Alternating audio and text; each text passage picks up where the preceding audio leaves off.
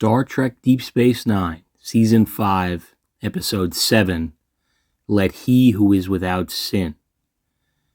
This is an episode that I was very curious to revisit because I usually skip it whenever I rewatch the show. And I usually skip it because I always thought it was terrible. And I was wondering if I might feel a little differently about it after watching it again. And I do not. I still think it is without question one of the worst Deep Space Nine episodes.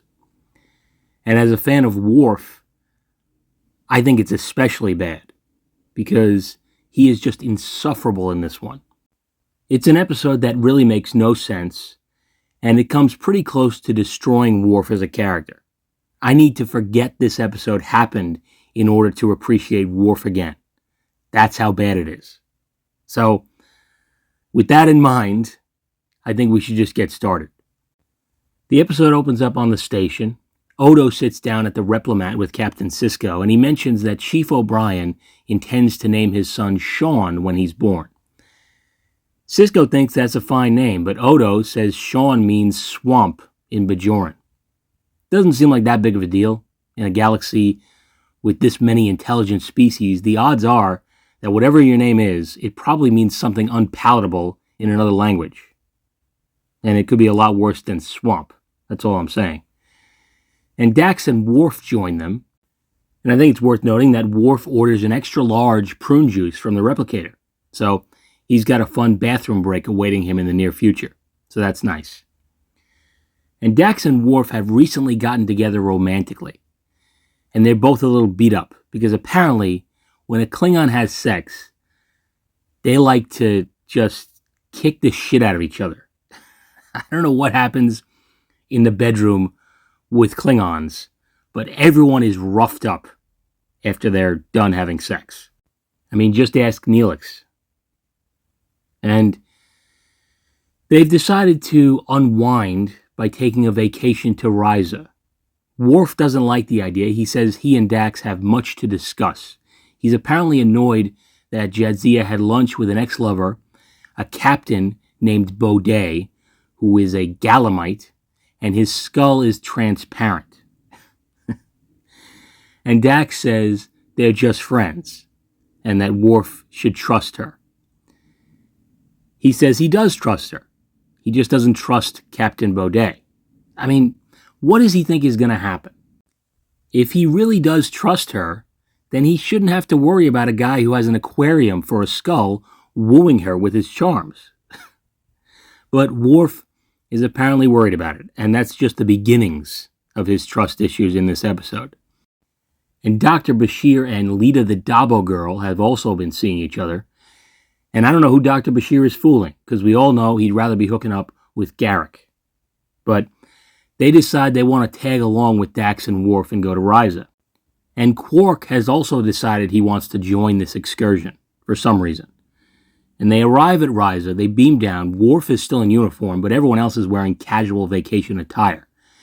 And Quark is wearing phlegm-colored Birkenstocks. I want to bite his chunky forehead for wearing these things. And he whips out not one, but two Horgons, which of course means that he is seeking Jamaharon. ×2. And all he has to do is show these little wooden statues to two passing Risian women, and he's already in like Flint. I mean, what is Risa? Seriously, what is it? It's a pleasure planet. People go there on vacation, but when they get here, it seems like the main activity is sex.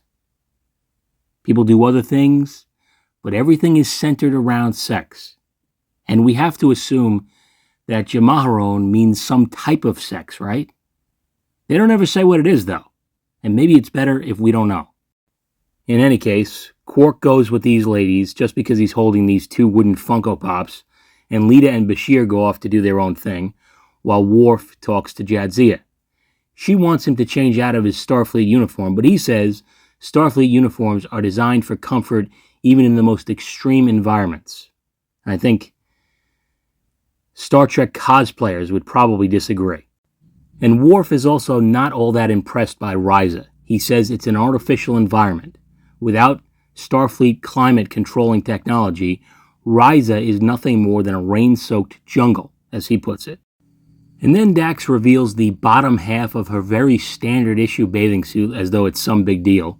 And don't get me wrong, she looks great. She always looks great, but I just think it's funny that she's trying to entice Worf with this outfit.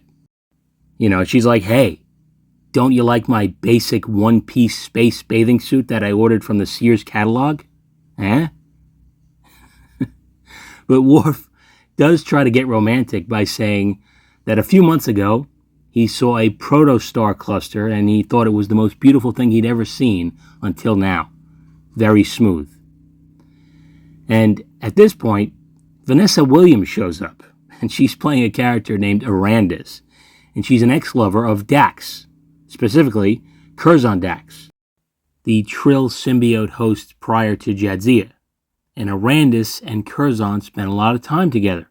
As a matter of fact, she killed him. Death by Jamaharon. So this is a lot to process. This is season 5. By this point, we've heard a lot about Curzon. He was a friend and mentor to Captain Sisko, and now we find out that he died knee-deep in Jamaharons. Tragic. And Worf is already jealous of the warm reception Jadzia gave to Arandis. Jadzia insists that Arandis was Curzon's former lover, not hers. The whole Dax symbiote situation makes things very confusing at times like these. I mean, okay, so she was Curzon's lover, but Jadzia is embracing her like an old friend, so it's not like there's no connection there. In any case, Worf is not having it. He settles into his room, and he takes out a bathing suit that he obviously has no intention of wearing, and I can't say I blame him. I'm guessing he didn't pack it himself. And then some guy named Pascal Fullerton comes in to see him. He says he's leading the new essentialist movement, and he wants to restore the moral and cultural traditions of the Federation. He's holding some kind of rally this afternoon, and he wants Worf to be there. I have no idea why this guy took one look at Worf and said, that's the dude I need for my little shitbird crusade. But I guess he has good instincts, because Worf takes one look at this guy's manifesto and decides he's into it. He tells Dax about the rally, and she thinks it's absurd. And then they catch a glimpse of Dr. Bashir hanging out with a woman who is not Lita. They also walk in on Lita with some Rysian dude whore. So something's going on with those two, but we'll come back to that. And Worf and Dax observe this rally, and Fullerton starts off by insulting everyone here. He calls them pampered, spoiled children, and someday they're going to have to learn to take care of themselves. He wants to shut down Risa, and Worf agrees with everything he says, but no one else seems to like it. And the dude really doesn't make any sense. At this point, the Federation has been infiltrated by the Dominion. We saw that happen in the season prior to this. There's certainly a lot of dangers to worry about. But why is this guy focusing on Risa? I mean, this is basically like arguing that all the beaches in the United States should have been shut down when the Cold War started. It just doesn't track. But the episode needed a bad guy, and this is the best they could come up with. Tragic.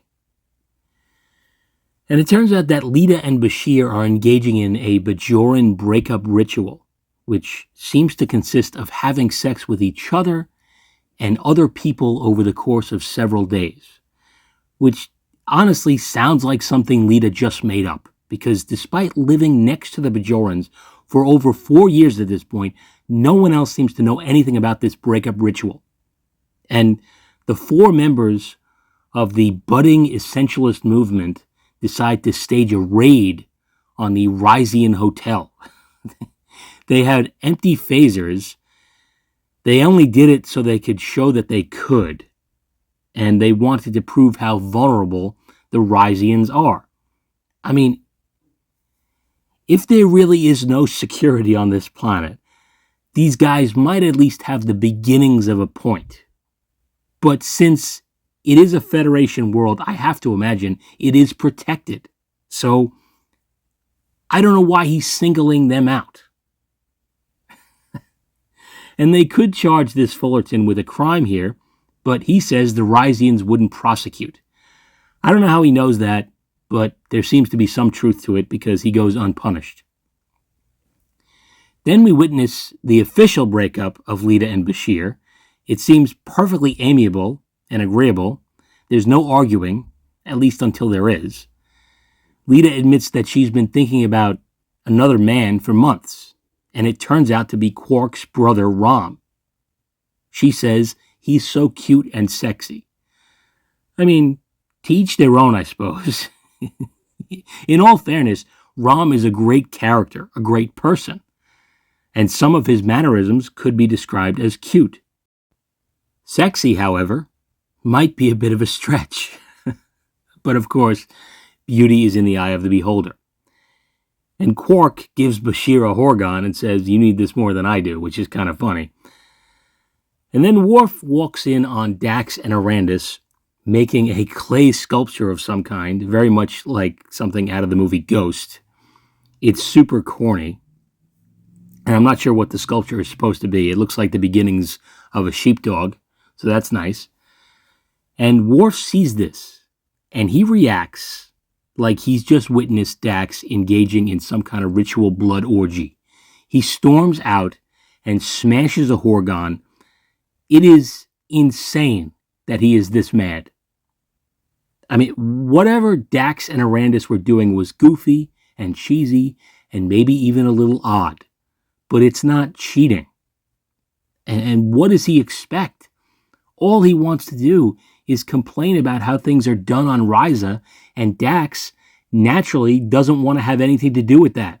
So why is he surprised that she sought some entertainment elsewhere?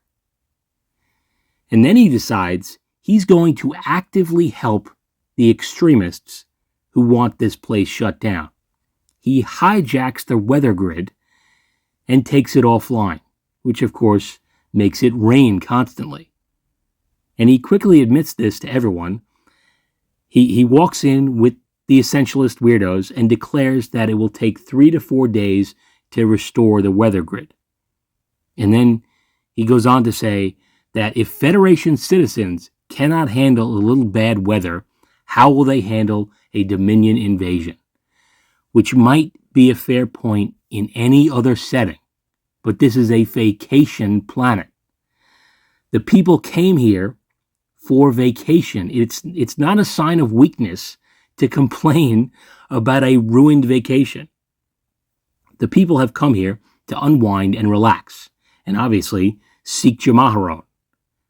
And this will allow them to get back to their lives and jobs and perform them more efficiently. That is the purpose of a vacation.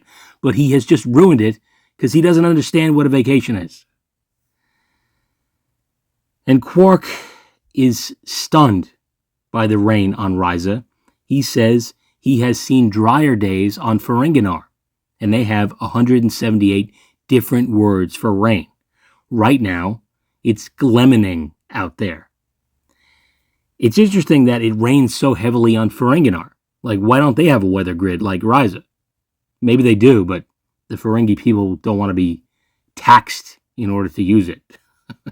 That seems like a strong possibility. And Arandis tells Dax and Quark that the guests are now complaining about everything, even the food, which is strange because you wouldn't think that the weather would have any effect on the food. But Quark explains that it's the humidity. It makes the food all mushy. He says, "Trust me, there's no word for crisp on Ferenginar," which again is pretty funny. Quark is mounting a valiant effort to try to save this dogshit episode. But unfortunately, he's just not in enough scenes to do so. And Arandis wonders if they have indeed forgotten how to deal with adversity. Again, it's not about dealing with adversity. If this happened in their daily lives, at their jobs, they'd be able to deal with it just fine. But nobody expects adversity when they come to Risa. They came here to get away from the adversity. In any case, Worf says his goodbyes to Fullerton and his gang of impotent whack jobs, and once Worf leaves the room, Fullerton begins plotting some more adversity for the people on Risa. And Worf then has a chat with Dax. It's been a long time coming. Dax thinks the only reason Worf did any of this is because of his frustrations he's having with their relationship. And if that was true, and it's possible that it is, I would think that would be grounds for an immediate breakup, because that is such a childish temper tantrum to be like, he's annoyed with the status of their relationship, so he shut down a whole planet. And she goes on to point out that Worf believes in honor and discipline like any good Klingon, but he lacks the passion, the love for fun and laughter that most Klingons have. And this is where Worf tells a story about a little ship that took a little trip. No, sorry, that was his poem from an entirely different episode. A much better episode, by the way. No, he tells a story about his youth, about growing up on the farm world of Galt. He was the only Klingon among a group of humans. He was the biggest, the strongest kid. He fought hard. He played hard. He did as he pleased. He was captain of his soccer team, and he was willing to win at any cost. At one point during the game, he leapt up to try to head the ball, and in doing so, he collided with one of his opponents. The ball sailed into the goal, and Worf's team scored. But when he turned around to gloat to his competitor, he saw him lying on the ground, bleeding. He had broken the kid's neck, and he ended up dying.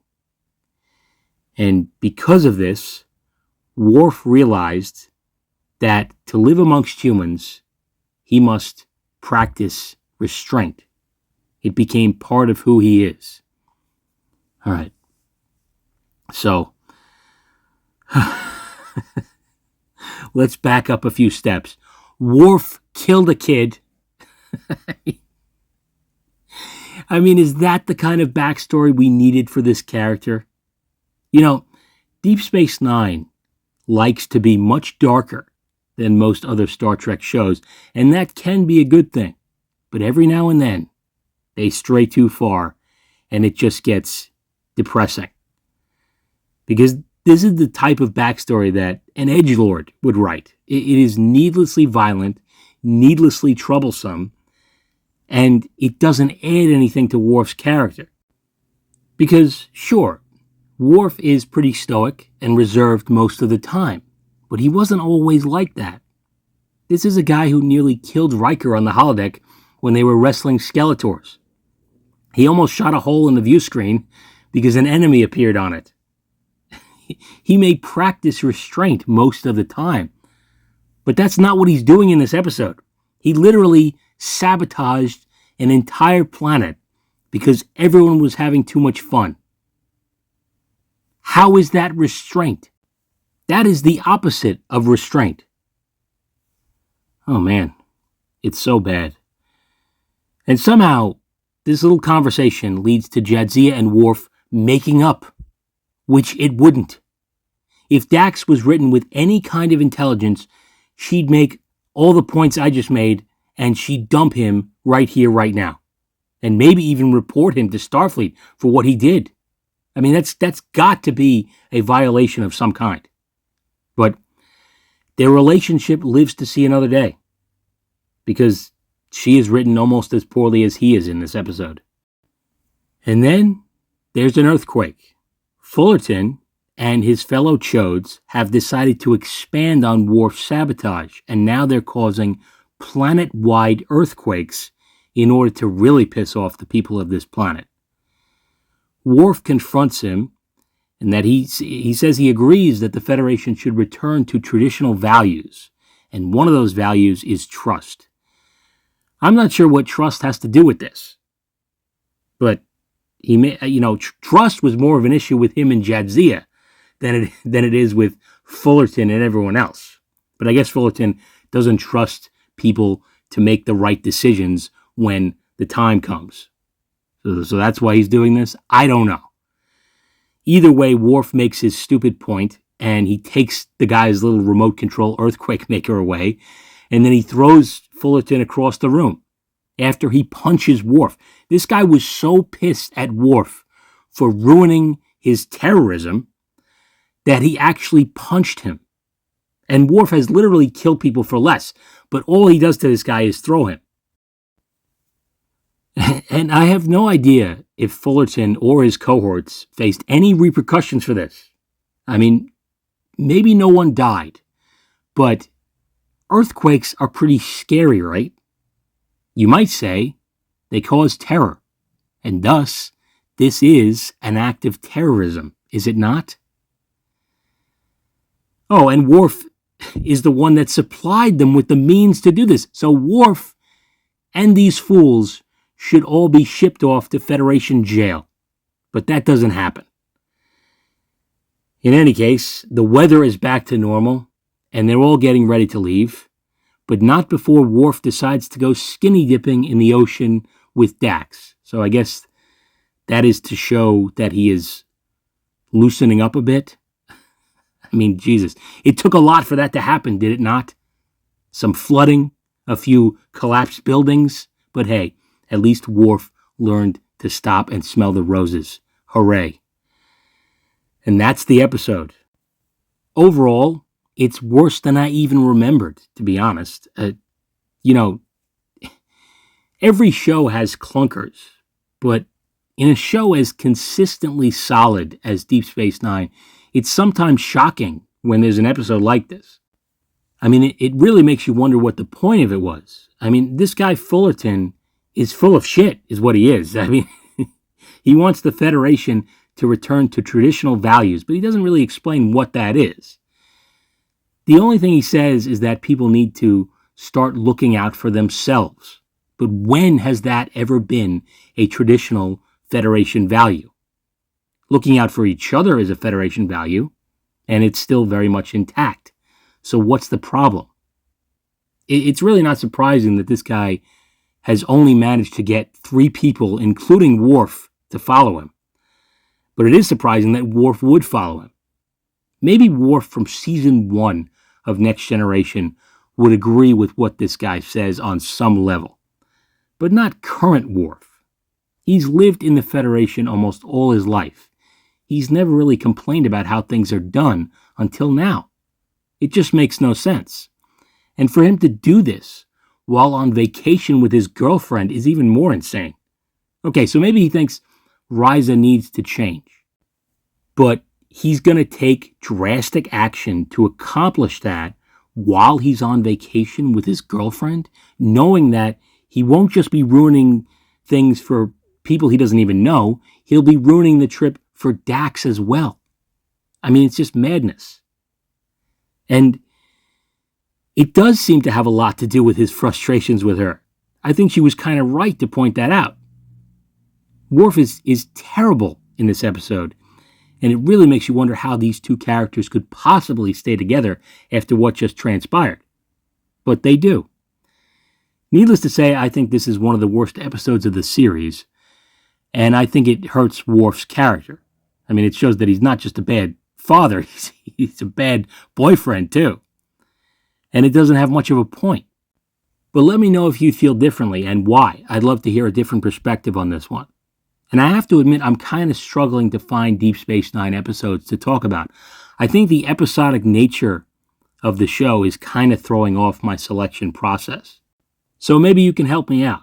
If you have a suggestion for a DS9 episode, leave it in the comments and I'll try to get to it. Obviously, you can suggest any video topic that you want, but I definitely want some Deep Space Nine episodes to talk about in the future, just so I have a list of them that I'll be able to get to at some point down the road. And I'm not exactly sure when my next video is going to be, because I figure it's about time I started working on a commentary for The Wrath of Khan. And the movies usually take me a little bit longer than an episode. But you can definitely look for that one to be my next video. And I appreciate your patience and support as always. But with that said, that is about all I've got for now. So let me know what you think of this episode, and until next time, take it easy. Ladies, You seek Maharan. I seek whatever you've got. All that is ours is yours.